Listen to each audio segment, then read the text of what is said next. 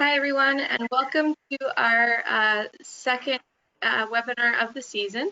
We're really happy tonight to welcome Bonnie Wilson and Doug Gray of Piper Creek Farms. And so we'll be looking forward to hearing from them in a second. Before we get started, I have one or two things to share with you for the night. If you missed last month's webinar, out on our website. It featured Adam and Marie Shea of Shayland Farms, and so they had a lot to share about their farm and how they work as a young family. And there was lots of great information there too on the financial aspects that they experience on their farms. And so I really encourage you to go check that one out. It was really positive and a good way to look at the challenges that you might face as a young family on your farm. So you can go find that on ontariobeef.com and look up the webinars there. And there's some from past years as well, lots of great information and resources there.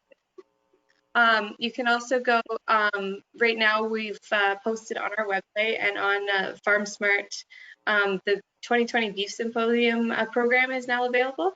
So you can go online and find out the different speakers that are happening there and register for that. So we're really looking forward to that on January 18th in the new year. So go and take a look, and there's other speakers happening at that FarmSmart conference. So you can see our speakers, but you can also go take a look at some of the other great ones that are going to be there that day as well. We're also really excited this year to be talking about our Young Producer Development Program that's happening this year again at our AGM. So this is a great chance to come and take part in our AGM, learn more about what BFO offers and what our delegates do at the AGM. It's a great chance to network and meet other young producers and share your ideas. You can find more information about that on our website as well. And so you can take a look and see if that might be something you're interested in. Lastly, just to give a little bit of information on what's coming up in the new year for our bfoUP Young Producer webinars, we're going to have Scott and Jennifer Legg of Legg Beef Farms, a feedlot that currently works with the Ontario Corn-Fed Beef Program. So they'll be able to share lots of information on that audit program, how they got into it, and how it works for them on their operations. So with that, I am going to move on over and introduce Doug and Bonnie to you guys. So,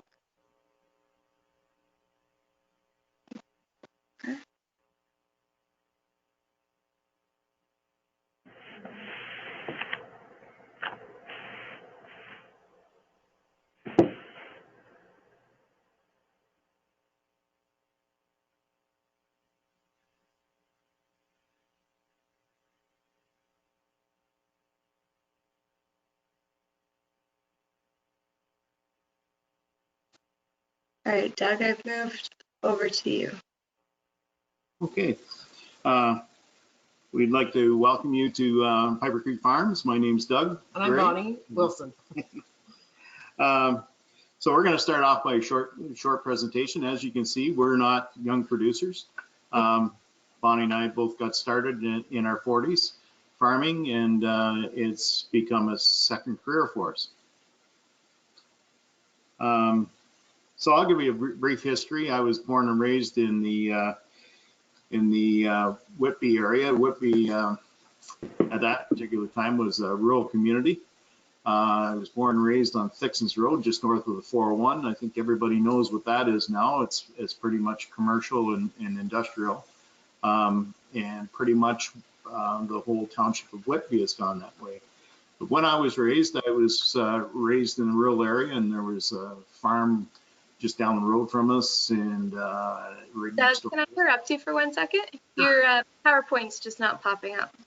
Oh, okay. All right. Yeah, I haven't done that yet. Oh, sorry. And then your webcam also too. Share where is that? Got it? There you go. We're all good now. Oh. Perfect. Good to go. I can't see my PowerPoint. Okay, I gotta move that over.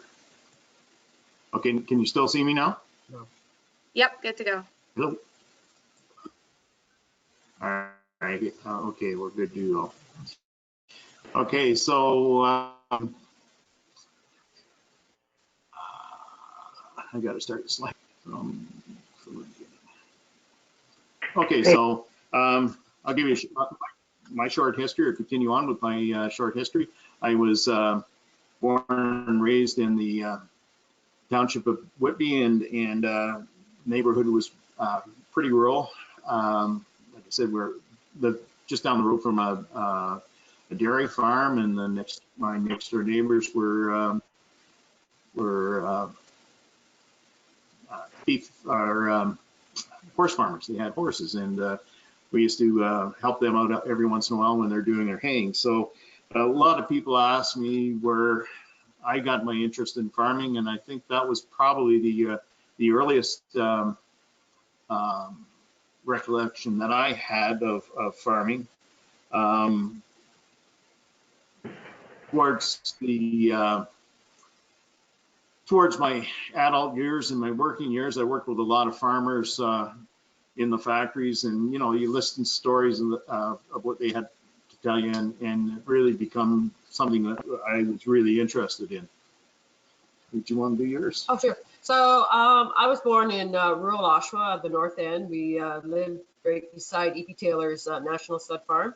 My parents both grew up on farms, but when we grew up, we didn't have any pets, no animals. So I got into farming later when I bought a 100-acre farm and hobby farmed and had some stockers. And then when I met Doug, we kind of took the jump and went into beef farming.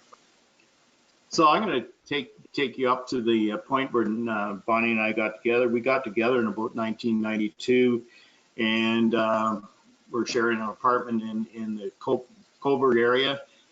And at that particular time, we were looking for a rural property to settle in. We were really looking for a farmhouse or a small farm that we could settle in.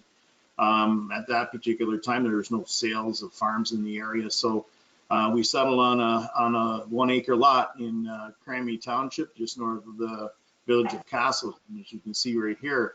So our the farmstead, or the farmhouse, is in the top left-hand corner of that red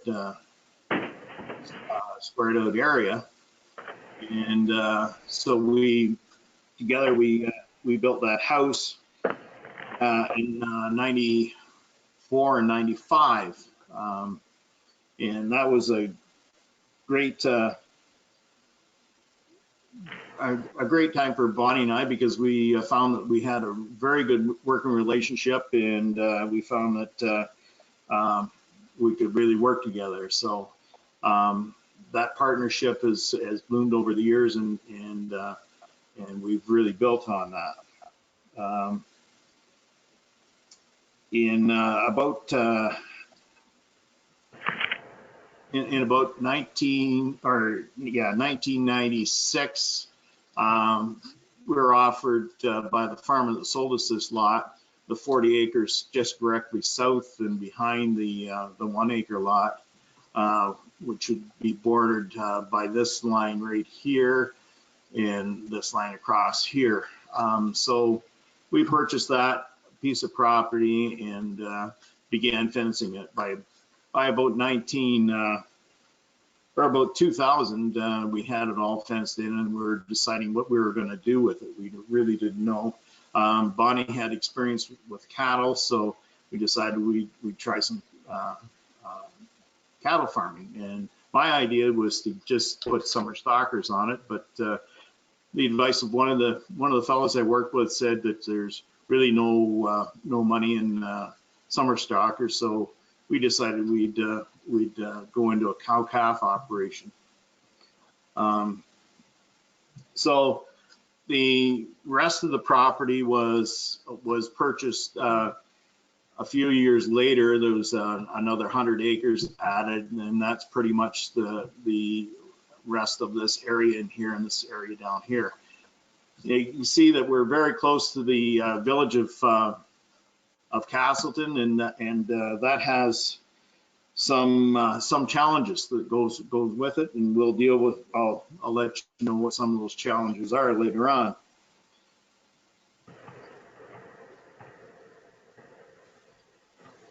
So another team building challenge for us was building the building the farm. We built a 40 by 60 lean-to type farm with a south-facing wall that's open and a steep roof just to shed some of the snow and the snow load from the area. So we had lots of help from family and friends, but like I said, it was another team building challenge, and again, we found that we were working very well together, so we just carried on. If you note in the background, the wheat crop has been taken off, and under that wheat crop, there's a pasture stand that's coming up in behind it. You'll see that probably in the next slide. So by 2002, the barn, in the fall of 2002, the barn was completed, and we were ready to get cattle. This picture kind of brought back some memories to me. One of the things when you're starting farming, whether it's young or whether you're older, you still need mentors. You need people that'll point you in the right direction, give you a helping hand when you need a helping hand, and just give you some ideas of what you should be doing. Yeah, the barn design was a barn that we designed after another barn that was south of the village by another successful farmer in the area, and I asked him if I could copy that design, and that's what we've used.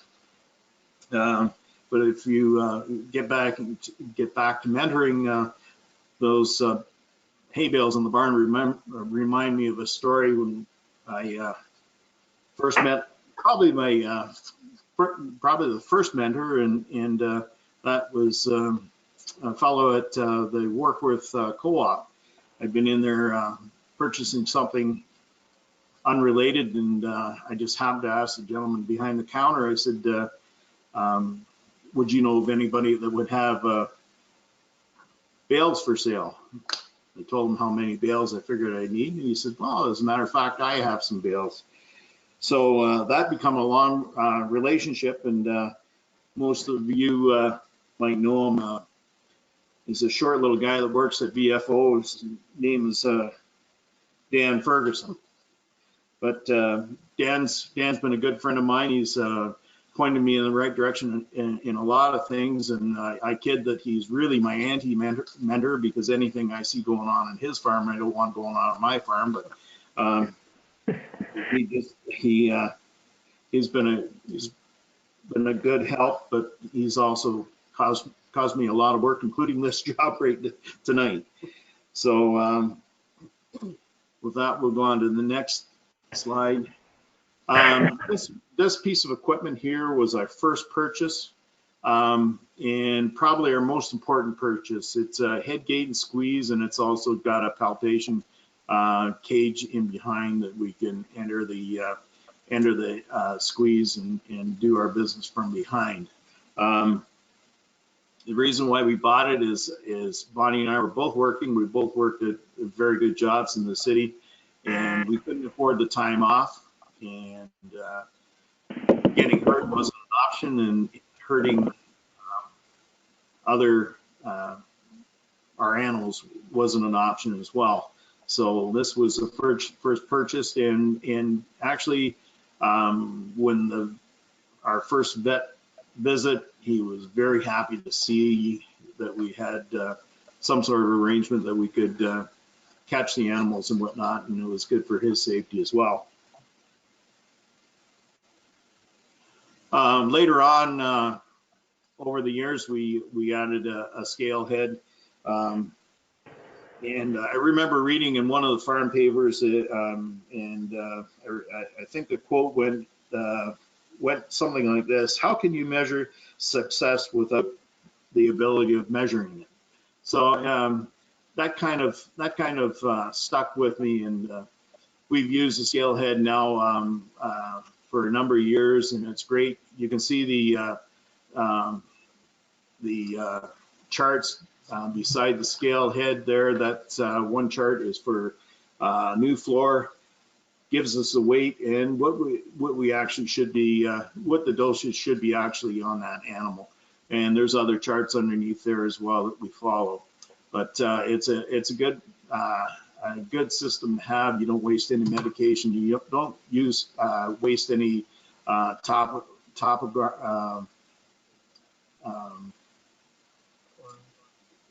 treatments such as Ivomec. So it's been a great purchase as well. So in 2002, we purchased 5 limo heifers, bred heifers, from a friend of mine. Again, a friend that I had at work. And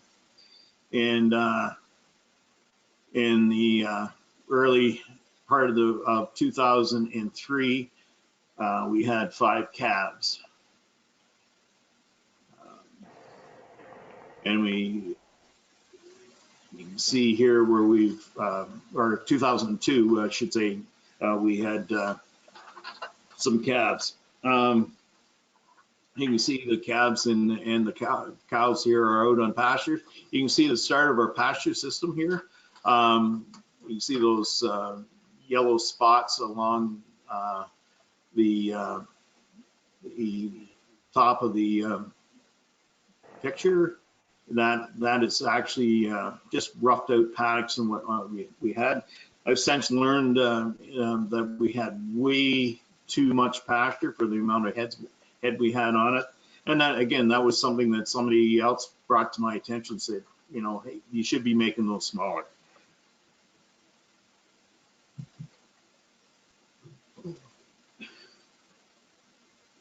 So this is what we ended up with a number of years later. The black line is a hard fence line of page wire. The red lines are high tensile fence, 3 strands. North and south, we have a fourth strand, which is ground, and we ground right down to the back end of the extended rest area.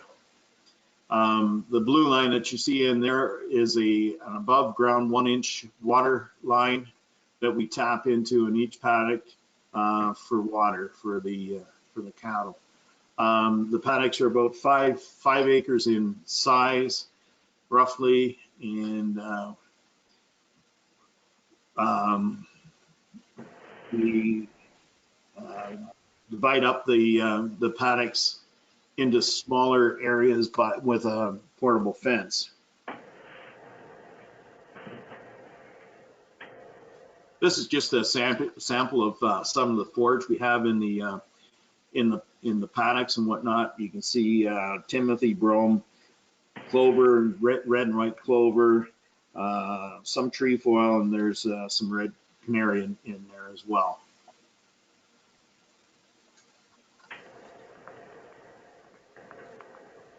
Too far. This is our winter paddock. This is directly behind the house. You might have seen the label on the diagram earlier. You can see the cows and the calves are on a good bed pack there. There's a bit of a windbreak there. It's really not needed in that area right now. That is not in that area at all. The bush behind it is part of the trail system. It's quite a heavy little bush area there, so it breaks up the wind quite nicely. And they're in a bit of a hollow there, so they're fairly comfortable there. The hut you see behind it is a calf hutch. They can get in there when it's raining, or they have to get away from somebody like one of us out there in the pasture.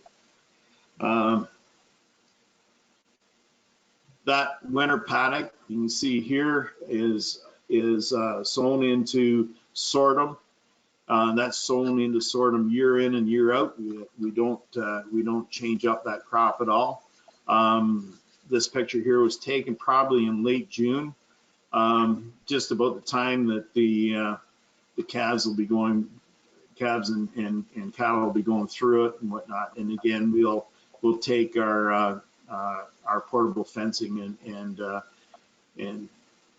not give them the whole paddock. We'll divide it up.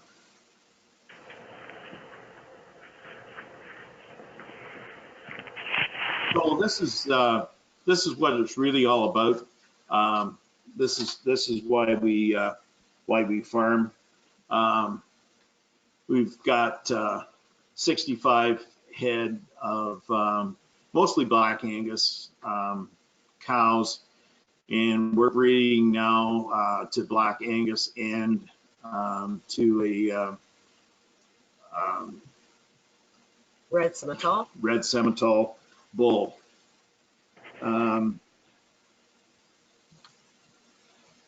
I really like this slide because it really shows what we're all about. You know, we've got a young calf there. It's just been born. It's been cleaned up a little bit, and it's having its first good suck on its mom. And then I had the camera on my hand. About 2 minutes later, it had gone through the electric fence and was lying in the nice pasture right next to it, in some lush pasture, nice and clean. The calf's clean, the mom's clean, teats are clean. They're not. It's not going to pick up any disease off its mom.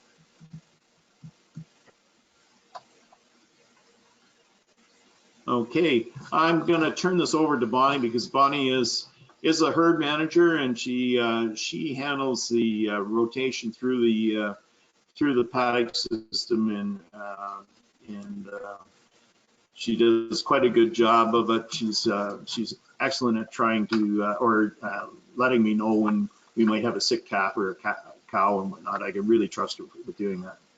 Okay, so as you can see in the first photo there, we have we use a tumble wheel system with the 2-wheel wire system. So I hook up the 1-wire reel to a page wire fence on the perimeter of our property, and the other reel goes to the center line of our property where the water line is on the ground. And I just jumper those together to the electric fence, and I move the cattle. And in the next picture, you can see that a calf has gone under the electric fence, but I don't really panic too much about that because generally if they can get under it, they can get back over to their mom when she needs to have her fed. So that is a tumble wheel that you see in the second picture. And as we go through here, I'll show you how I move the cattle with my tumble wheel system.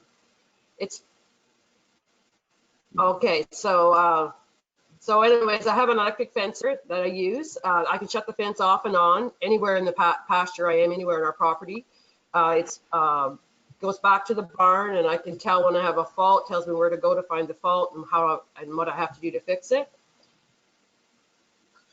And here you can see that I'm hooking up in our water system a hydrant, and we have I have a portable tank, and hook up the hose to our spigot there, and the water comes into the water bowl for the cows to have water in every paddock.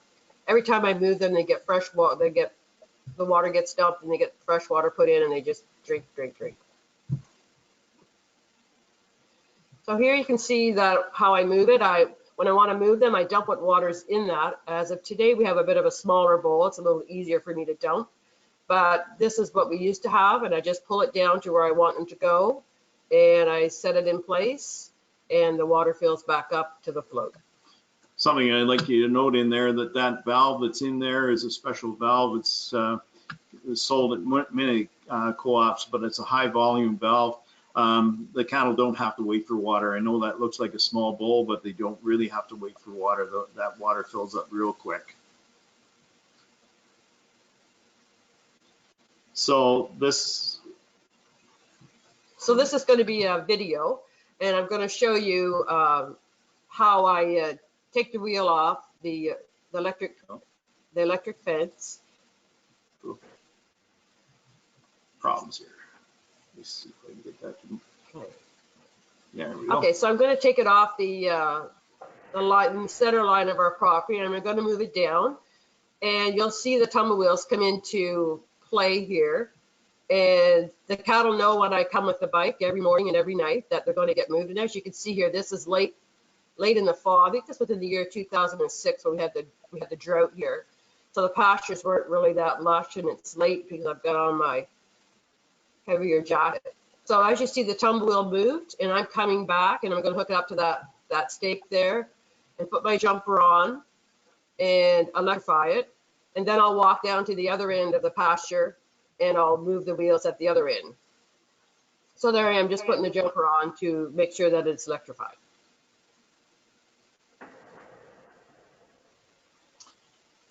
Okay, great. Okay, this is the old-fashioned way of doing things. This is something that we started out with originally, and you can see that there's a fair amount of mechanical might that is needed to move the mineral feeder and the stock tank. Stock tank's on just an old stone boat and whatnot that we made up, and again, this is an example of mentoring and whatnot.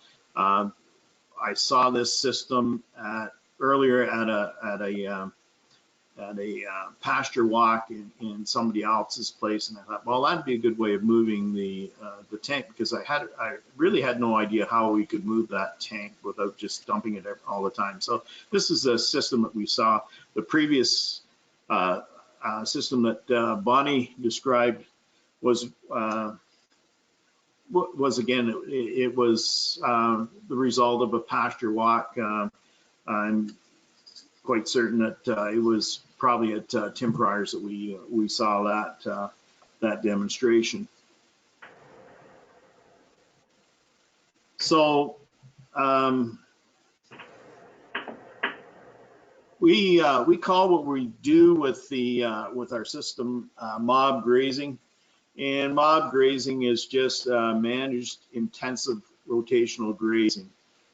So, and its objective is to move cattle into freshly rested grassy areas and whatnot for a short period of time with quality forage growth. And generally these areas are narrow strips, very narrow strips, probably in no more than 15 or 20 feet wide. The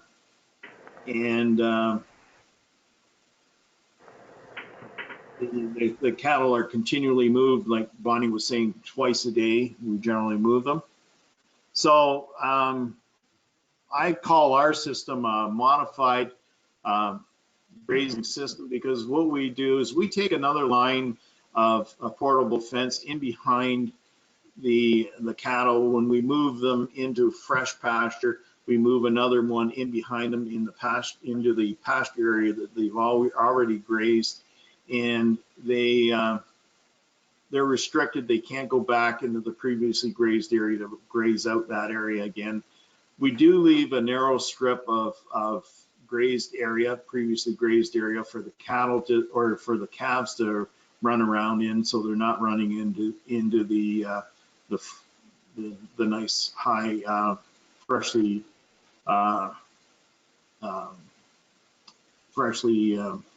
rested area.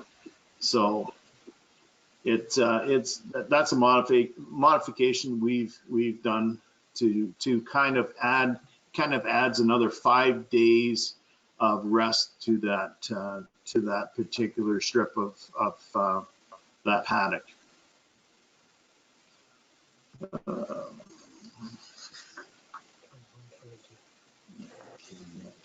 22. Another great mentoring device is the environmental farm plan. It's a 2-day course. The first day they take you through your farm and whatnot. You draw out pictures of your farm and identify the soil type, the drainage type, and all the particulars.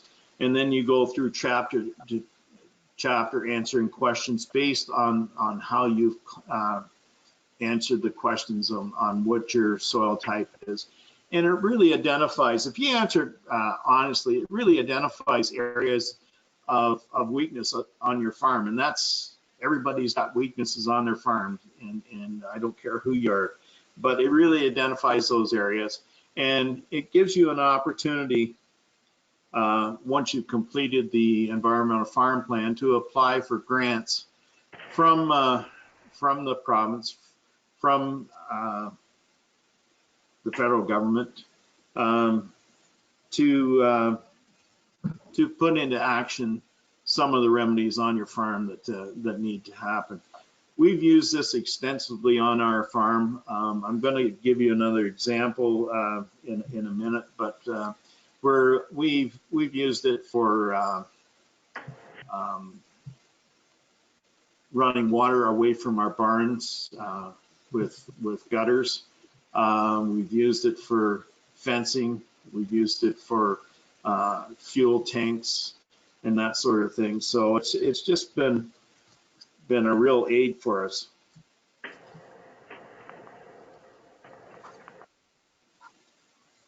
So this is one of the projects that I'm most proud of, because it was done on rented land, and this is something, if we didn't have the environmental farm plan, there's just no way we could have afforded or would have even tried to do this project. It's an area on rented land that we call Peter's Pond, and you'll see the pond up towards the top of that red area that's been drawn out. That the red around that area is fencing that we put in that was part of the project.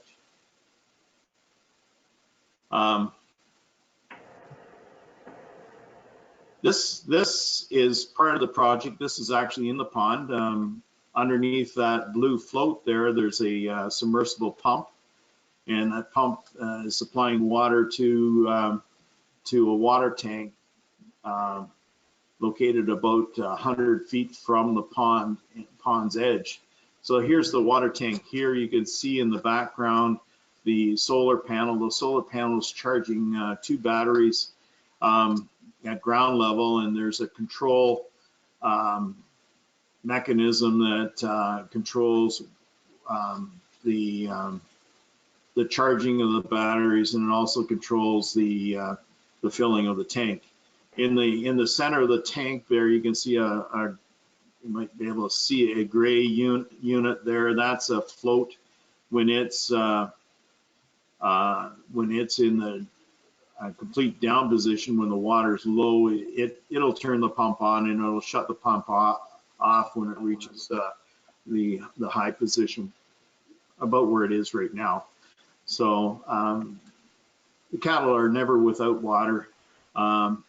That solar panel and batteries also supplies the electric fence charger, which is located just right close by, and everything is powered through that unit. Here we have 2 systems here. We've got the fencing system. That's a high tensile fencing system. You can see with the hard posts in the background. And then we have the cross fencing, which is again the tumble wheel system, and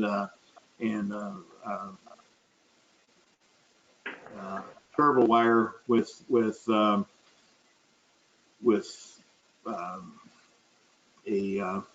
ratcheted the wheel, the tumble wheels, and the you know what we talked about earlier. The reel. The reel. Yeah. Sorry okay. about that. So you can see the cattle, they're pretty high in pasture there. So it's been a good year like that. We can run about 10 to 15 cows on that 17 acres with no problem at all through the summer, and maybe late in August have to augment some dry hay to them. So that project, the total cost of that project, with the woodland fencing, which you see in the background with the wood posts, surface water fencing, which you saw at the water's edge there, and the cross fencing, which you see right now in front of you, and the alternative water system. That cost all came to just over $10,000. So we put it through the SARFIT program, which is part of the environmental farm plan unit. It's there to identify species at risk. The species that we named at risk here were turtles in the pond, and there was a lizard that we never saw that's been identified with being in the area, and of course the bobolink in the area as well,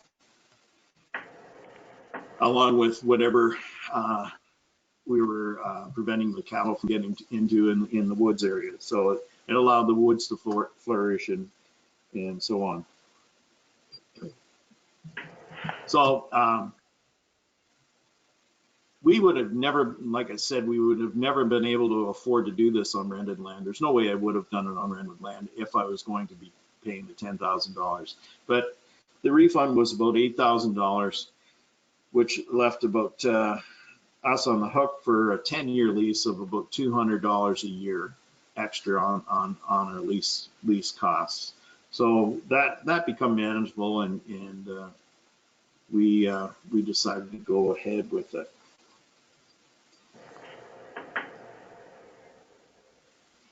So at one point I told you that being so close to the village has some challenges. I was on the local fire department for years, and I had a friend on the fire department. His name was Al, and he and his wife used to like walking by the farm all the time. And it was about 2010, 2011 when the bobolink was getting a lot of airtime in the papers and whatnot. It was a species at risk, and I happened to stop. Alan, his wife, was there going by the farm one day and just casually chatting to him. And Al said to me, he says, "Have you seen any bobolink in your fields?" And I thought, well, that's a bit of a loaded question. I mean, I know he was a farmer in the past, so he's probably reading the farm papers, and he probably knows that there's some controversy about the bobolink in the area. So I thought, well, yeah, I've seen bobolink, and I've seen a lot of bobolink around. At that particular time, I was doing a lot of custom work. I was doing a lot of custom cutting and baling in the area. And one thing I did notice, like on our farm, we seem to see a lot more bobolink than I saw anywhere else. And I was wondering why. So we just happened to have a friend of ours that moved down the road, and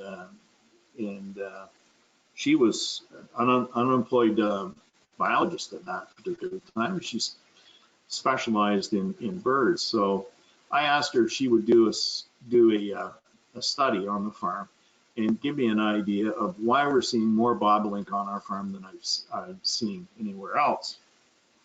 So her name was Paulette Hibbert, and that's her here. She agreed to do the study. So we started early in the year.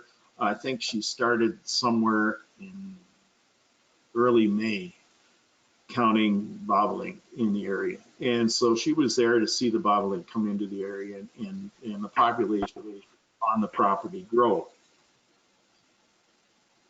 So there was 5 areas that we allowed the study to carry on without interrupting any other farm operations, and that was two of our paddocks that we use for grazing, an old stand of alfalfa, the rest area, which is a pit area, very low growth of grasses in that area, and a very new stand of alfalfa that was sown in at 80% alfalfa, 20% timothy.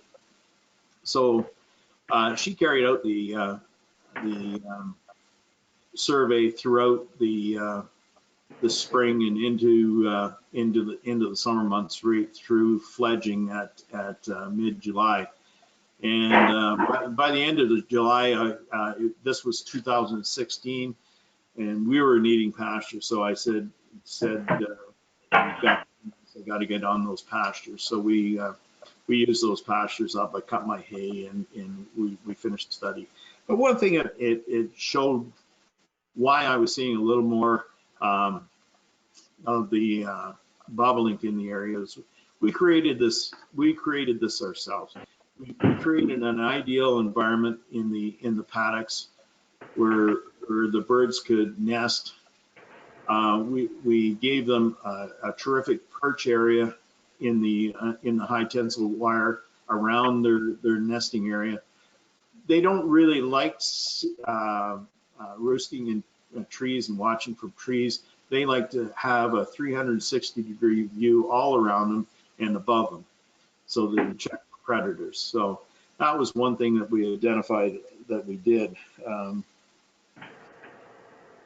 The one thing that we did find, we did have bobolink visiting the extended rest area where the grasses weren't quite as nice as the paddocks.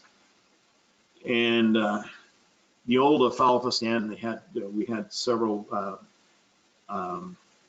bobolink in there. But the new stand of alfalfa, they would go in and visit, but they wouldn't stay there. They'd go in and come back out. They just didn't like the longer alfalfa and the tighter growth that we had in that field. So that's about all I have for you, and we'd certainly appreciated you listening, and we wish everybody a Merry Christmas and a Happy New Year. Well, that's great. Thank you very much, Doug and Bonnie. And I'll just put myself up here. So now it's time for questions. So if anybody has any questions, feel free to ask away. With that, there are some questions already. So the first one that we had was, where do you market your stalkers, and how do you choose the market facility that you go with? We have in the past used Cookstown, Ontario Stockyards in the past, because we were marketing Black Angus. So they have a terrific market up there for Black Angus. Just recently, we've moved back down into Hort Station because of our Semitol cross that we're using. It seems to be a good place to sell there. But primarily, all our blacks, our Angus, are going back up to the Cookstown area. Yeah, and I'll build off that from curiosity's sake. Do you guys follow any like vaccination protocols to help you with what sales? Yeah. So yeah, we have a complete herd vaccination program. So we vaccinate the herd ahead of the cattle being bred, and our calves are vaccinated as well. We use a live vaccine, and we use a Tasvax vaccine, which controls blackleg and whatnot. So we do not have any problems with blackleg in our area, but our calves are, when we were selling calves out of the operation, they were going out at 600 pounds, so they would be going on pasture, and you never know where they're going. They could be going to a place where there is blackleg and whatnot. We just made sure that they were vaccinated for blackleg and boosted before they left. Okay. Another question that's come up is when you're talking about like investing on rental lands, that sort of thing, it seemed to be investing quite a bit there. So obviously rental lands are a big thing for new entrants, young producers, that sort of thing. So the question was, do you make sure you have signed rental agreements, or do you guys just go by the handshake, or how do you go about doing that? No, that's a good question. Our rental, we rent quite a bit of land. We probably rent, I rent 300 acres on our road here, which is great. And we rent another 65-acre pasture a little closer to the Centerton area, which was probably 10 to 15 miles from where we are right now in the southwesterly direction. A little heavier land, nice, good pasture. The rental, we definitely sign rental agreements, but they're only as good as really as a handshake, because if they don't want you there, they can pretty well make it so that you don't want to be there either. So we've always had pretty good relationships with our farms that we've rented, and we've tried to hold up our end of the bargain. But they are a big expense for this farm, probably the biggest expense we've had. Okay. Any advice that you have for others thinking about getting into the beef industry, or just starting into the industry? Yeah, well, I tried to highlight relationships. Bonnie and I have a terrific working relationship. That's not to say that there are times when we're not reading from the same page, but we are in the same book. Now, mentorship is a major thing that anybody getting into the industry, and I don't care whether you're coming from a farm or not, your dad's going to be your mentor, or your uncle's going to be your mentor.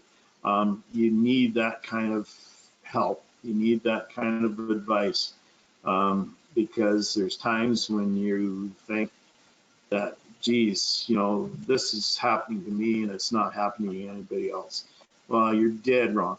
You know, whatever happens on your farm is happening on somebody else's farm, or has happened on somebody else's farm. And so you need that mentorship, and you need the advice. And like I said, we started out, and Dan Ferguson was a great mentor. I mean, he's got me into different organizations and whatnot, and he's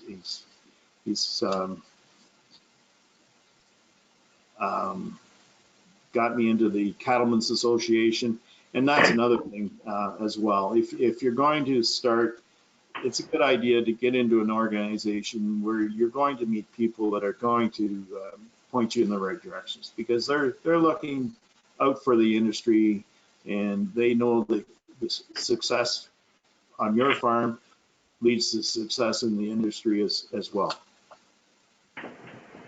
Do you feel like there's enough events and opportunities to get involved in the industry and to provide people with that sort of information that helped you find out more about like rotational grazing and the different aspects that you guys have implemented on your farm?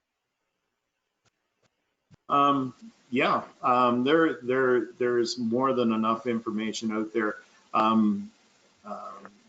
We get publications sent to the house all the time. The Ontario Farmers, one of Canadian Cattlemen's, Ontario Beef, it's sent to the house. If you take the time to read that, and that's one thing that I should have alluded to earlier.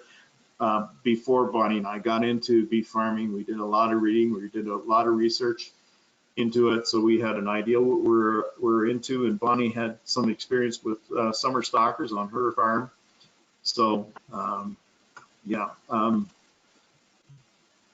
things like the webinar that we have here, just paying attention to what happens on Beef Farms of Ontario. Just go to that website and go to the news updates or what's it? The bulletin board. Yeah, the bulletin board, beef notes, and that sort of thing. The information's there. There are events all over the place. I alluded to being at Tim Pryor's up in Brussels and whatnot on pasture tours. That's something I like to do every year. I don't always get to it, but he always has good speakers there, and there's always new technology there, and new ideas. Sounds good. And then, I know this kind of sounds like we're keep going on the same sort of question here, but what kind of encouraged you guys to not just farm, but you guys obviously, like, you guys just did, and I encourage other people to go take a look on YouTube with this, but Doug and Bonnie were featured in the Canadian Roundtable for Sustainable Beef video recently. So what encourages you guys to not just farm, but taking that next step to get involved with your local association and get involved and really advocate for the beef industry? What made you guys not just like get involved on your farm and do a good job there, but actually want to be more involved and take that step and do videos like that? Well, I could point the finger to Dan Ferguson again, but I'm not going to do that. It's just something that I think is necessary. If you're doing a decent job in your farm and whatnot, you've got something to show people that you are doing something good on your farm, then it's something that the industry needs to see, but it's something our customers need to see as well. And that's the Canadian Roundtable for Sustainable Beef is something that we did because I believe that it's just going to open up markets, and it has. You can see where beef has Canadian beef has now got its own place on the store shelves and whatnot. So it's something that really needs to be done, and people need to hear your story. Well, that's very good, very well said. And with that, I think we're done with any questions. So I'd like to thank Doug and Bonnie for joining us this evening and giving us a great presentation on what they do on their farm and how they got started and implemented the different strategies they do and the mentorship they found, and in Dan Ferguson's case, the anti-mentor. But I'm sure you'll be hearing about that, Doug. But no, we really appreciate you taking the time out, especially this busy time of year, and happy holidays. Thanks so much. Thanks very much, and Merry Christmas, everybody. Yeah.